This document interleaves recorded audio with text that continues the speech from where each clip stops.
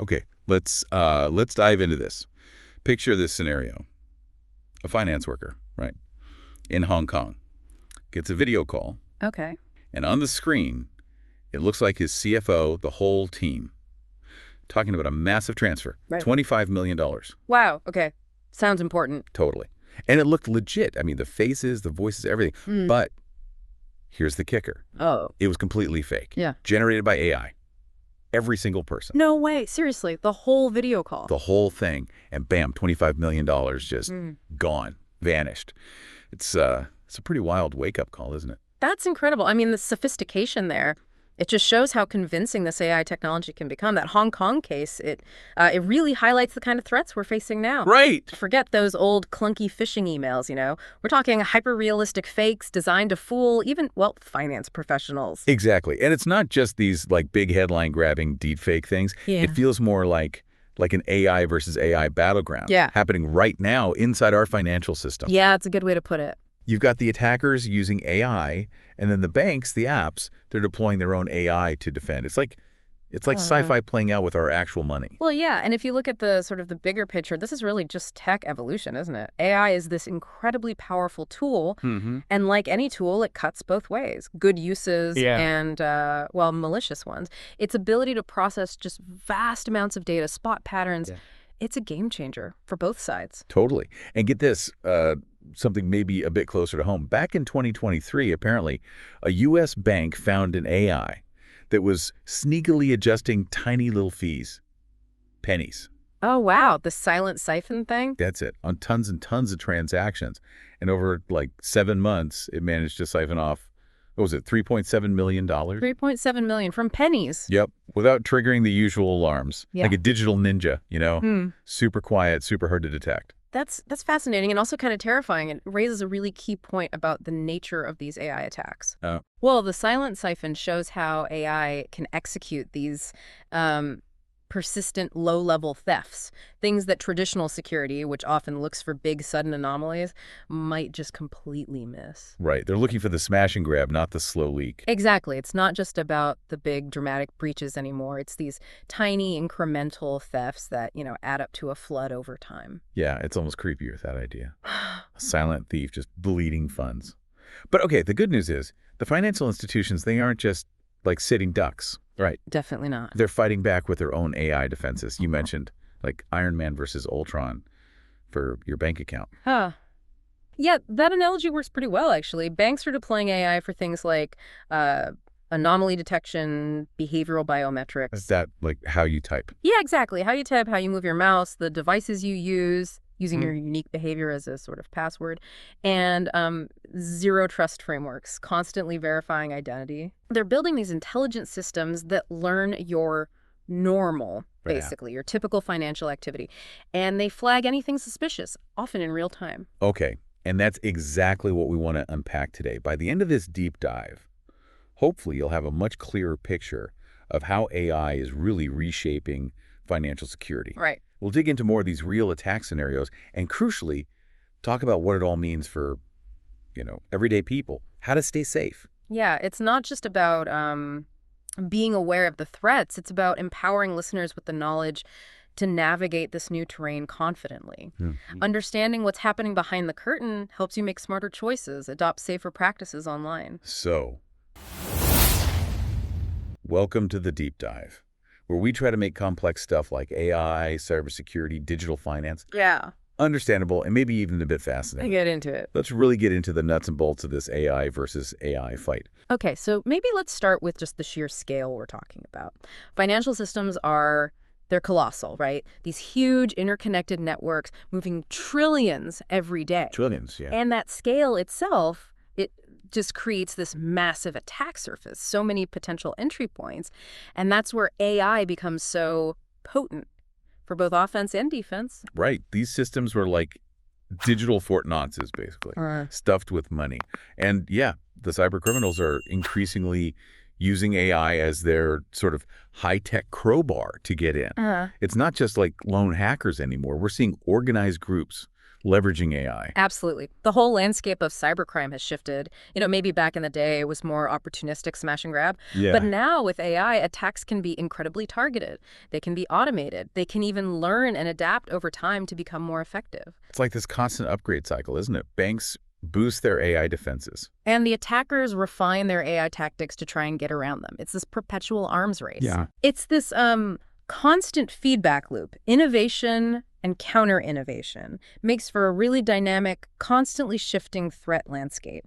Okay, you mentioned some ways the attackers are using AI. Yeah. Let's dig into those tactics a bit more. That silent siphon you brought up, it's unsettling. How exactly does an AI pull that off? Right. So with the silent siphon, the AI was likely programmed to make incredibly small adjustments to transaction fees. We're talking like fractions of a cent sometimes. Like- So small they'd fly under the radar of, human auditors or standard monitoring systems looking for big red flags. But you apply that tiny change across a massive volume of transactions. Over months. Exactly, over months, and suddenly it adds up to millions. So it's the volume, the sheer number of transactions, and the subtlety that makes it work.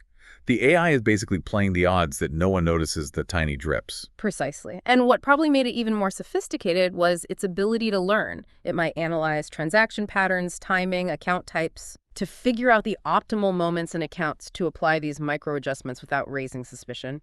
Very insidious. That's just wild. Okay, and you also mentioned the Bangladesh bank heist earlier. That was a few years back, but you said maybe some early AI was involved. How? Yeah, so in the Bangladesh bank case, the attackers used malware designed to mimic legitimate SWIFT messages. Yeah.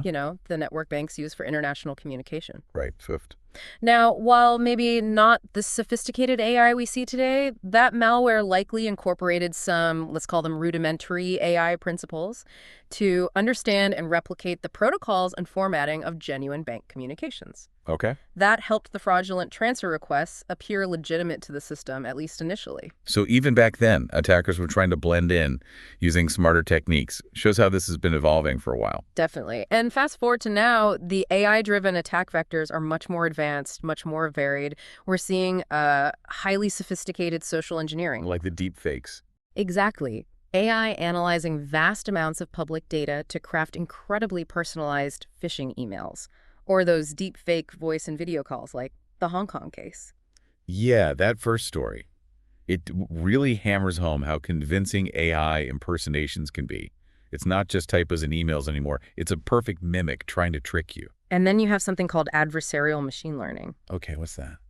Sounds complicated. It's basically where attackers use AI specifically to probe and manipulate the defensive AI systems the banks use.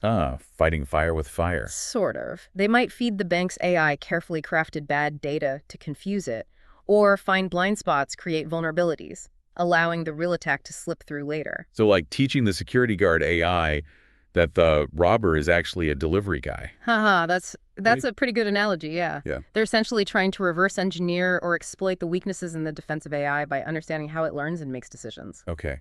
And you also mentioned AI automated vulnerability discovery. That sounds efficient for the bad guys. Extremely efficient. AI can scan massive code bases, network configurations, much faster and more thoroughly than human analysts. Right. This allows attackers to find previously unknown weaknesses, zero-day vulnerabilities, and then exploit them. It's like having an AI-powered reconnaissance drone constantly searching for chinks in the armor. That paints a pretty sobering picture. Yeah. But, okay, as we said, the banks are fighting back. What are the main AI defense tools they're deploying? So one of the cornerstones is AI-powered anomaly detection. These systems analyze huge volumes of transaction data, user behavior, all in real time. Looking for anything weird. Exactly. Anything outside the established baseline of normal. A transaction size that's way off, a login from a completely new geographic location. The AI flags it for review. Could be fraud, could be an error, but it gets flagged. Like a digital detective always on watch. Pretty much, and these systems learn continuously, refining their understanding of normal, which helps them spot increasingly subtle or novel anomalies over time. You also mentioned adversarial training earlier. As defense, how's that work? Right, so adversarial training is kind of like Inoculating the bank's AI defenses. Mm-hmm. You expose your own AI models to simulated attacks, crafted specifically to try and fool them. Okay, like running drills. Exactly. Yeah. By seeing how the AI responds to these controlled adversarial inputs, you identify its weaknesses and then retrain it to be more robust against those specific types of threats. It's proactive defense building. Makes sense. Toughening up the AI. And then zero trust architecture. How does AI play into that? Zero trust is built on the principle of never trust, always verify. Right. Assume breach. Precisely. Yeah. It means every user, every device, every application, regardless of whether it's inside or outside the network perimeter, has to continuously authenticate and be authorized before accessing resources. Okay. AI is critical here for providing the intelligence to perform continuous risk assessment, dynamic access control, and using things like behavioral biometrics, how you type, how you use the mouse for ongoing passive verification. So AI helps enforce that always verify rule, making sure even if someone gets in, they can't just wander around freely. Exactly right. It adds these dynamic, intelligent layers of security far beyond just a strong perimeter wall. You shared a really cool example, too, a credit union using the Digital Guardian AI to catch a hacker. Ah, yes, that was a significant win. In that case, an attacker had compromised an administrator's account, very high-level access. Shot. Yeah, but this digital guardian AI system detected subtle behavioral anomalies in how and when that admin account was being used. Things humans had apparently missed for nearly a year. A year? Wow. But the AI spotted these minute deviations from the established pattern, flagged the account as potentially compromised, and allowed the credit union to intervene before a major data breach occurred. That's incredible. A perfect example of AI seeing patterns humans just can't at that scale. It really is. And it highlights this crucial shift towards what's called adaptive security. Maybe you can elaborate on that. Sure. So as I understand it, traditional security was often static. Build the walls high, set the rules. Mm-hmm. But AI actors evolve so fast. Right. The defense needs to evolve in real time, too. Adaptive security is like a biological immune system for your digital environment. It's constantly monitoring, learning from threats, and adjusting its defenses dynamically. That's a great analogy. Moving from fixed rule sets to intelligent, context-aware responses.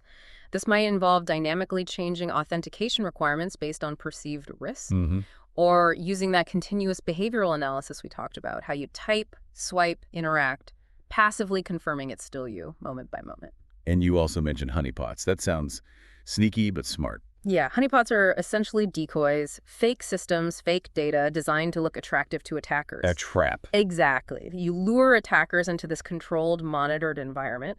Then you can observe their techniques, their tools, what they're after, all without risk to your real systems. AI can help make these honeypots much more realistic and also analyze the attacker activity more effectively. Setting a digital snare. Mm-hmm. Clever. Okay, so bringing it back to us, regular people. Yeah. What are the key takeaways? How do we stay safer in this AI-fueled landscape? I think the absolute number one thing is heightened vigilance and skepticism. Be incredibly wary of unsolicited emails, calls, texts, especially those urging immediate action or asking for sensitive info. Right, that deep fake call. Exactly. Just because something looks or sounds real doesn't mean it is anymore. Pause. Verify independently if something feels off or too good to be true. Good advice. Don't click the link. Call the official number instead. Absolutely. And embrace security friction. Use strong, unique passwords. Enable two-factor or multi-factor authentication wherever possible. Even if it's slightly annoying. Even if it adds 10 seconds. That friction is protection. Also, choose financial institutions that clearly prioritize security and invest in modern defenses, likely including AI. Makes sense. Vote with your wallet for secure banks. What about businesses? What's their role? Businesses need a multi-layered approach. Robust technical defenses, yes, but also, crucially, comprehensive employee training. Humans are often the first target for phishing and social engineering. The weakest link? Sometimes. Can be. So train them to spot these sophisticated fakes. Also, regular security testing, including simulating AI-driven attacks and participating in threat intelligence sharing within their industry. Security isn't just a product, it's a continuous process, an immune system, as someone wisely put it. That's a powerful way to think about it. Okay, looking ahead, what's on the horizon? What future tech might shake up this AI versus AI battle? Well, we're definitely watching a few potentially transformative technologies. Quantum computing is a big one. Right. could break current encryption? Potentially, yes, which is a huge threat. Right. But it also promises new forms of quantum-resistant cryptography. So threat and opportunity there. Then there's neuromorphic AI. Inspired by the brain. Exactly. AI chips designed to mimic neural structures. They could lead to much more efficient, low power, and potentially more adaptable AI security systems, better at spotting subtle threats with less data. Interesting. And on the regulatory front, we're seeing governments worldwide grappling with AI governance and security standards, like Europe's AI Act.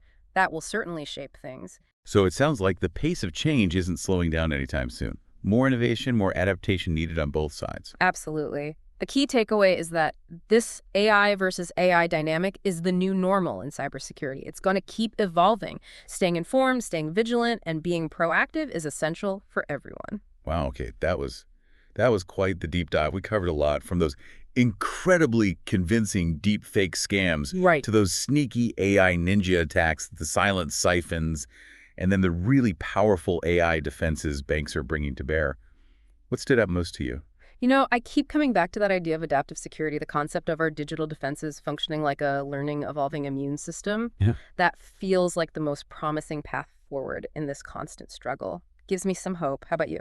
For me, I think the sheer cleverness of things like the honeypots, it's fascinating. Actually setting traps to study the attackers, that's some serious strategic thinking. But yeah, the big message for everyone listening has to be, this AI battle is real, it's happening now, but proactive awareness and smart habits go a long, long way in protecting yourself. Definitely. And just to quickly recap those key points, AI attacks are getting more sophisticated deepfakes, silent siphons, you name it. But defensive AI is also getting smarter, anomaly detection, zero trust, adaptive systems. And for individuals, the watchwords are skepticism, secure banking choices, and embracing that security friction like multi-factor authentication. And don't forget, this landscape keeps changing. Quantum computing, new AI types. It underlines the need to stay curious and keep learning. Welcome to Zana AI. Which is a perfect segue. Join the Zana AI community. We really aim to make these complex but important topics accessible and hopefully engaging. So please subscribe here on YouTube, give us a like if you found this useful, and definitely leave a comment. Yeah, we genuinely want to hear from you. Have you encountered a phishing attempt that seemed disturbingly real? What are your biggest cybersecurity worries? Your feedback helps us figure out what deep dives to tackle next. Let us know. And please, share this with anyone you think might benefit from understanding this AI clash in the financial world. So yeah, final thought. Stay adaptive, stay informed, stay safe out there. And thanks so much for tuning in. Join Zana AI community. All right, Zana AI fam, that's our time for today. Until next time, keep those passwords complex and that skepticism sharp. Peace out.